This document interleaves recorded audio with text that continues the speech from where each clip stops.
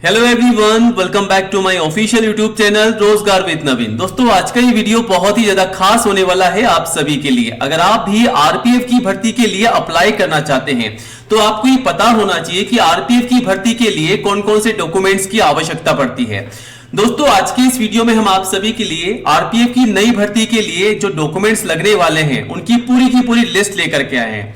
जी हाँ दोस्तों, एक एक डॉक्यूमेंट्स की लिस्ट हम आपको बताएंगे कौन कौन से डॉक्यूमेंट्स की यहां पर आवश्यकता है, रिक्वायरमेंट है, ताकि आप इस वैकेंसी के लिए अच्छे से अप्लाई कर सकें, आप प्रेपर हो सके। जी हाँ दोस्तों, वैकेंसी के आवेदन शुरू हो रहे हैं और जल्द ही आपको डॉक्यूमेंट्स तैयार करने होंगे। अगर आपने डॉक्यूमेंट्स तैयार नहीं किए तो आप ये मान के चलिए आप इस वैकेंसी के लिए अप्लाई नहीं कर सकते हैं। जी हाँ दोस्तों, 100% आपका फॉर्म जो है रिजेक्ट हो जाएगा। काफी सारे कैंडिडेट से गलती करते हैं कि वो ऑनलाइन फॉर्म भर लेते हैं और बाद में उनके डॉक्यूमेंट्स बनवाते हैं। अगर आपने भी वो गलती की तो आप ये मान के चलिए 100% आप जो है वैकेंसी से आउट हो जाएंगे, आपका फॉर्म ही रिजेक्ट हो जाएगा।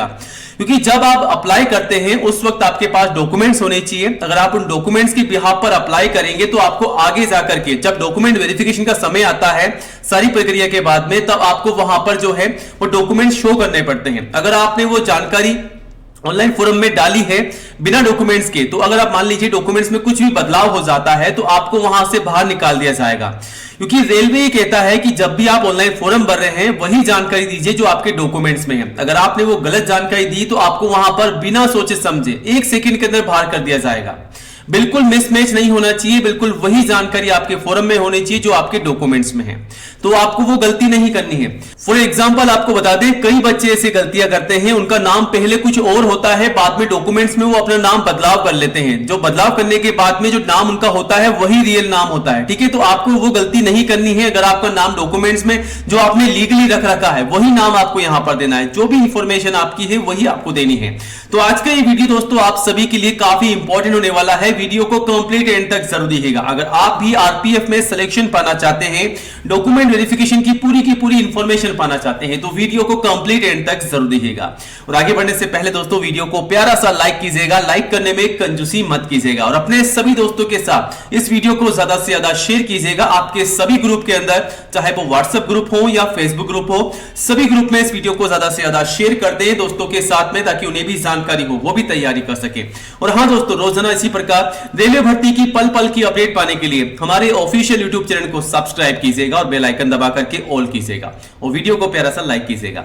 सो फ्रेंड्स, सीधा आपको ऑफिशियल वेबसाइट पर लेके चलते हैं, जहां पर हम आपको डॉक्यूमेंट्स की लिस्ट के बारे में पूरी जानकारी देंगे।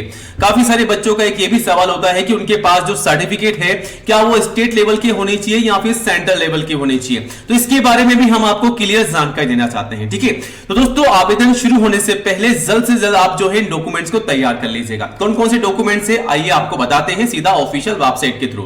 दोस्तों, हमारी जो ऑफिशियल वेबसाइट है वो है tips.xyz। यहां पर आपको सबसे पहले नई जॉब की जानकारी दी जाती है और स्पेशली रेलवे की नई भर्ती की पल पल की अपडेट आपको यहां पर देखने को मिल जाएगी।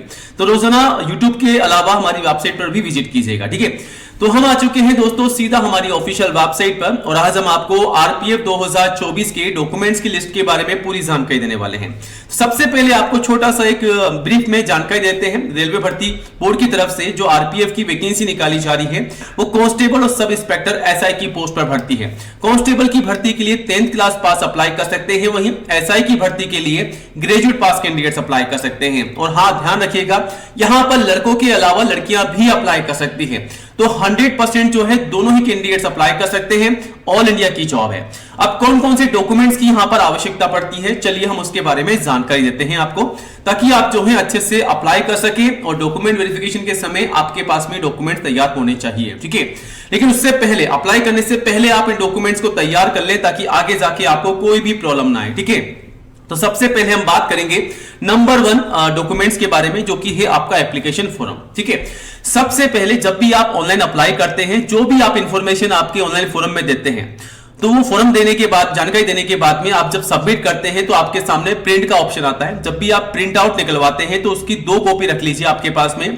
एक कॉपी मान लीजिए अगर आपके पास है इधर उधर कहीं भी हो जाती है, कहीं भी जमा करनी पड़ती है, तो एक कॉपी आपके पास रहनी चाहिए, ठीक है, क्योंकि वो एक कॉपी जो है आपके एप्लीकेशन फॉर्म की वो आपको डॉक्यूमेंट वेरिफिकेशन के समय सबमिट करनी पड़ती है, ठीक है। ध्यान दीजिएगा, आपकी एप्लीकेशन फॉर्म को आपको जो है सबमिट करना पड़ेगा हार्ड कॉपी के तौर पर, ठीक है। तो प्रिंट आउट निकलवा करके उसको आपको सबमिट करना है डॉक्यूमेंट वेरिफिकेशन के समय, सबसे पहले नंबर का डॉक्यूमेंट। उसके बाद बात की जाती है एजुकेशन क्वालिफिकेशन की।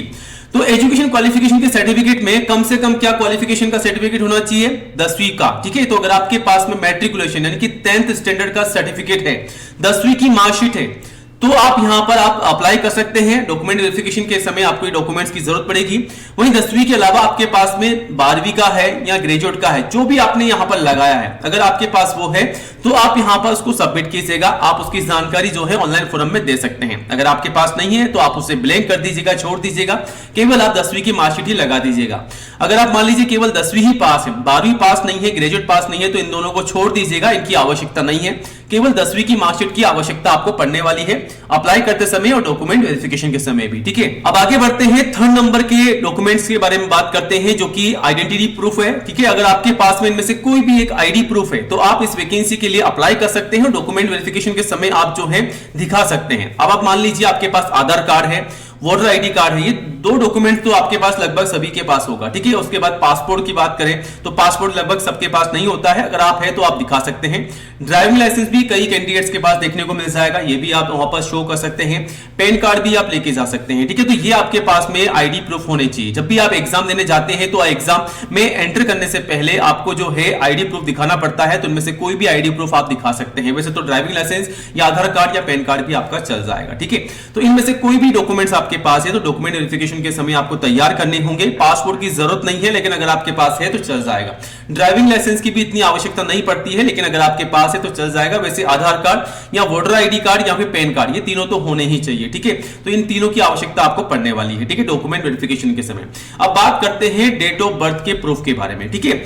दोस्तों अगर आप 10वीं पास करते हैं, जब भी आप 10वीं की मार्कशीट लेकर आते हैं आपके पास में, तो उसमें एक आपका एज मेंशन होता है, तो वो 10वीं की मार्कशीट जो है आपका एज प्रूफ का काम करती है।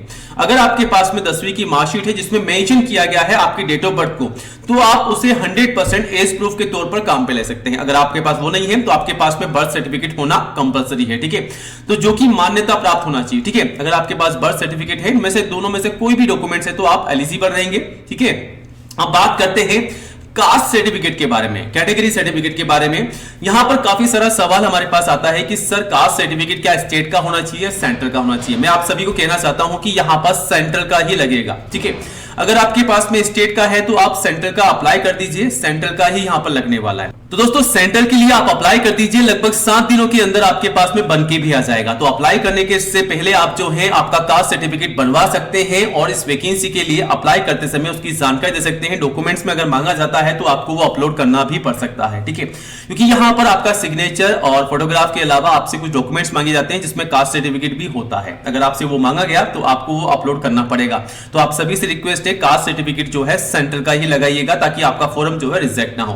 काफी सारे कैंडिडेट्स गलतियां करते हैं, स्टेट का लगा लेते हैं, स्टेट का भी चल जाता है बट यहां पर नहीं चल पाएगा, सेंट्रल की वैकेंसी है ना इसलिए, ठीक है। अगर स्टेट की वैकेंसी होती तो आपका स्टेट का सर्टिफिकेट चल जाता, लेकिन ये सेंट्रल की तरफ से निकाली गई है तो यहां पर आपका सेंट्रल का ही कास्ट सर्टिफिकेट चलेगा। तो उसके लिए अप्लाई कर लीजिएगा और यहां पर जो है आपको दिखाना पड़ेगा डॉक्यूमेंट वेरिफिकेशन के समय भी, ठीक है। तो ये आपके सामने एक डॉक्यूमेंट है, ठीक है। अब बात करते हैं डोमिसाइल सर्टिफिकेट, जिसे हम कहते हैं मूल निवास प्रमाण पत्र, ठीक है। अगर आपके पास ये है तो ठीक है, अदरवाइज कोई बात नहीं है। अगर आपके पास नहीं है तो भी चलेगा, ठीक है, क्योंकि यहां पर इसकी आवश्यकता नहीं पड़ती। लेकिन अगर आपके पास है तो आप जरूर अप्लाई मतलब लगा दीजिएगा। लेकिन आप सभी से रिक्वेस्ट है इससे भी बनवा के रख लीजिए, क्योंकि काफी सारी ऐसी भर्तियां होती है जिसके लिए इसकी आवश्यकता पड़ती है। अगर आपके पास में डोमिसाइल सर्टिफिकेट है तो आप कई वैकेंसी के लिए अप्लाई भी कर सकते हैं। अगर आप वैसे भी वैकेंसी के लिए तैयारी तो कर ही रहे हैं, अप्लाई भी करते हैं कई जॉब के लिए, तो इसको आप बनवा के रख लीजिएगा, आपको आवश्यकता पड़ने वाली है, ठीक है। बात करते हैं नो ऑब्जेक्शन सर्टिफिकेट, इसकी अभी बिल्कुल भी आवश्यकता नहीं है। ये आपको जब आपका सारा कंप्लीट प्रोसेस हो जाएगा तब आपको ये बना के देना होगा। जब भी आप ज्वाइनिंग करते हैं उससे पहले आपको नो ऑब्जेक्शन सर्टिफिकेट की आवश्यकता पड़ती है, जो कि आप पुलिस विभाग में जाकर के बनवा सकते हैं। बड़े ही इजी वे में आप बनवा सकते हैं, ठीक है। इसके लिए आपको ऑनलाइन अप्लाई करना पड़ता है, CSC या ई-मित्र के माध्यम से आप अप्लाई करके इसे बनवा सकते हैं। लगभग 7 से 8 दिन के अंदर आपको ये बनके तैयार मिल जाता है। अब दोस्तों जो अगला डॉक्यूमेंट है वो है पासपोर्ट साइज फोटोग्राफ और आपके सिग्नेचर। जी हाँ दोस्तों, जब भी आप ऑनलाइन फॉर्म भरते हैं तो आपको इन दोनों की कंपलसरी है, आवश्यकता पड़ती है। जब भी आप अप्लाई करते हैं तो फोटोग्राफ और सिग्नेचर आपको अपलोड करने पड़ते हैं। फोटोग्राफ आपके 6 महीने से ज्यादा पुराने नहीं होने चाहिए। अगर आपके 6 महीने के भीतर है तो आप इस वैकेंसी के लिए अपलोड कर सकते हैं। और बिल्कुल नीट एंड क्लीन फोटोग्राफ आपकी होनी चाहिए, बिल्कुल भी ब्लर नहीं होनी चाहिए, कटी फटी नहीं होनी चाहिए, बिल्कुल भी धुंधली नहीं होनी चाहिए, बिल्कुल आपका जो फेस है बिल्कुल सामने होना चाहिए। ठीक है, तो आप अप्लाई करते समय ध्यान रखिएगा फोटोग्राफ किस प्रकार का यहां पर मांगा जाता है। काफी सारे कैंडिडेट्स गलतियां करते हैं, अप्लाई करते समय फोटोग्राफ जो है गलत लगा लेते हैं, उसके कारण से उनका फॉर्म जो है रिजेक्ट हो जाता है। वो बाद में करेक्शन भी नहीं कर पाते, उनको मौका नहीं मिलता है। ठीक है, तो फोटोग्राफ की आवश्यकता पड़ती है, सिग्नेचर की आवश्यकता पड़ती है, इन दोनों की आवश्यकता पड़ती है। और उसके बाद में जब भी आप जो भी प्रोसेस करते हैं, जैसे कि एग्जाम देते हैं उसका एडमिट कार्ड, और यहां पर जब आपका मेडिकल होता है तो उसका एडमिट कार्ड, जो भी आप एग्जाम देते हैं उनका जो एडमिट कार्ड होता है वो आपको संभाल के रखना होता है, क्योंकि डॉक्यूमेंट वेरिफिकेशन के समय उन एडमिट कार्ड की आवश्यकता पड़ती है, वो आपको दिखाने होते हैं। ठीक है, क्रॉस चेक करना पड़ता है। उसके बाद जो भी अदर आपके पास सर्टिफिकेट है, जैसा कि मान लीजिए कोई भी एक्सपीरियंस है, जरूरत नहीं है, अगर आपके पास है तो लगाइए, अदरवाइज आप उसे छोड़ सकते हैं, इनकी आवश्यकता नहीं है। लेकिन हम आपको बता रहे हैं, अगर आपके पास कुछ भी है, स्पोर्ट्स का सर्टिफिकेट भी है या पीडब्ल्यूडी अगर आप पर्सन है, अगर आपके पास वो सर्टिफिकेट है तो वो आपको लगाना ही पड़ेगा। ठीक है, तो आपको इसके जो बोनस मार्क है वो भी मिल सकते हैं, बाकी पीडब्ल्यूडी कैंडिडेट्स को तो लगाना ही पड़ेगा। ठीक है, तो जो भी है आप यहां पर डॉक्यूमेंट्स लगा सकते हैं, सबमिट कर सकते हैं। ये थे आज के डॉक्यूमेंट्स की लिस्ट, जो कि आरपीएफ की वैकेंसी के लिए बहुत ही ज्यादा इनकी आवश्यकता पड़ने वाली है।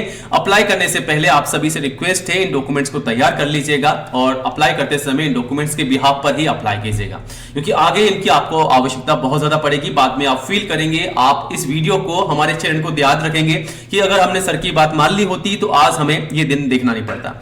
तो आप सभी के लिए हम काफी सारी अपडेट लेकर आते हैं। उम्मीद करता हूं आज का वीडियो अच्छा लगा होगा। अगर अच्छा लगा तो वीडियो को लाइक करके चैनल को सब्सक्राइब कीजिएगा। रोजाना आपको नई जॉब की जानकारी सबसे पहले यहां दी जाती है। Thank you so much. जय हिंद, जय भारत।